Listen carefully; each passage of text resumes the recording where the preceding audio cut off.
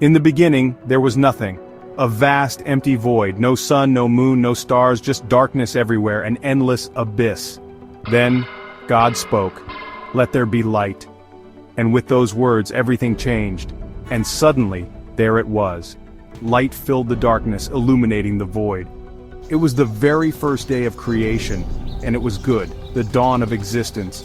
God saw that the light was good, and he separated it from the darkness, creating a balance.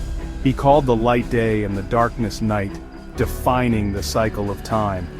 The first day was over, and a brand new day was about to begin, filled with endless possibilities. God was just getting started. The journey of creation had only begun. On the second day, God made the sky, a vast expanse above. He stretched it out like a giant blue blanket above the earth, covering everything. He separated the waters above from the waters below, creating a balance. It was a beautiful sight, a masterpiece of colors and light. Then God said, "Let the land appear from the waters." And it happened just like that, in an instant.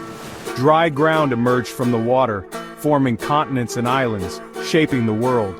God called the dry land earth and the water seas, naming his creation. And God saw that it was good, truly magnificent. He was so pleased with his creation, filled with joy. On the sixth day, God created animals. He made all kinds of creatures, big and small, to roam the earth and swim in the seas. From the majestic lions to the tiny ants, every animal had a place in this new world. But his most special creation was saved for last, humans. They were to be the caretakers of this beautiful world. God created Adam, the first man, from the dust of the ground, and Eve, the first woman, from Adam's rib. They were made in his own image, unique and special. He gave them a beautiful garden called Eden to live in. This garden was a paradise, filled with every kind of plant and tree imaginable. In the middle of the garden stood two special trees, the tree of life and the tree of the knowledge of good and evil. These trees were unlike any other in the garden. God told Adam and Eve, "You are free to eat from any tree in the garden, but you must not eat from the tree of the knowledge of good and evil, for when you eat from it you will certainly die." This was the only rule they had to follow. Adam and Eve were happy to obey God. They enjoyed the beauty and peace of the garden, living in harmony with all the creatures. They loved him and their beautiful garden home. Every day was a new adventure, filled with wonder and joy. One day, a sneaky serpent came to Eve in the garden. The garden was a place of beauty and peace, filled with vibrant colors and the sweet scent of blooming flowers. He whispered to her, "Did God really say you must not eat from every tree in the garden?" His voice was soft, almost soothing, as he planted seeds of doubt in her mind. Eve replied, "We may eat fruit from the trees in the garden," her voice steady but curious, wondering why the serpent was questioning God's command.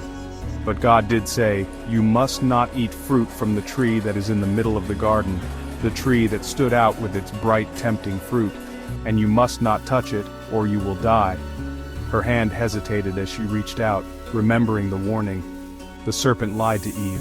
His eyes gleamed with cunning as he spoke. He said, "You will not certainly die."